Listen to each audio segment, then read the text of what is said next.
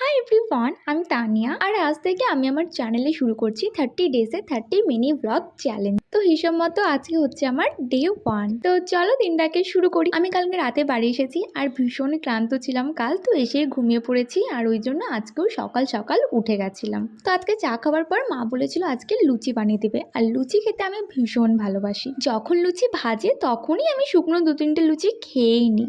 এমনিতে আমরা লুচি টুচি খেলেও রাত্রের দিক করে খাই, কারণ এই সময়টায় লুচি খেলে না দুপুরে আর ঠিক করে কেউ খেতে পারি না, তাই এই সময়টায় লুচি হওয়া খুবই রেয়ার। আর আজকে আগে উঠেছিলাম তো মা বললো, আর আমারও মনে হচ্ছিল, তো বললাম করেই দাও। আমি হাইস্ট কটা লুচি খেয়েছিলাম সেটা এখন আর লজ্জায় বলতে পারছি না, সেটা পরে তোমাদেরকে কখনো বলবো। লুচির সাথে মা বলেছিল আলুর দম করে দেবে, তো বললাম ওটা করতে হবে না, তুমি আলুই ভেজে দাও। আর সাথে ছিল কালাকান। আর দুপুরে মেনুতে আজকে ছিল চিকেন। আমি বাড়িতে এসেছি আর চিকেন হবে না সেটা তো হতেই পারে না। আর আজকে চিকেনটা কিন্তু আমার দিদি রান্না করেছিল, সেই জন্য ওকে রান্নার দুনাম তো অনেক করেছি, কিন্তু চেটে পোটা স্বাদ খেয়েও আবার নিয়েছি। তো চিকেন আর সাথে করলা ভাজা, বেগুন ভাজা আর আলু সিদ্ধ।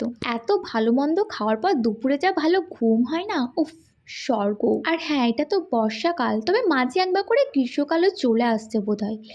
এত রোদ গরম বর্ষাকালে কেন? ঘুম থেকে উঠে গাছে জল দিতে গেছিলাম, মানে 5:30টার সময়ও এত রোদ, জলটা গাছে না দিয়ে মনে হচ্ছে মাথায় ঢেলে নিই। তারপর একবার বাজার গেছিলাম, মায়ের একটা জিনিস দরকার ছিল সেটা এনে দিলাম, আর সাথে একটা আইসক্রিম এনেছিলাম। আর রাত্রে আর সেরকম কিছু ভিডিও ক্লিপ নেওয়া হয়নি, তো আজকের জন্য এতটুকুই।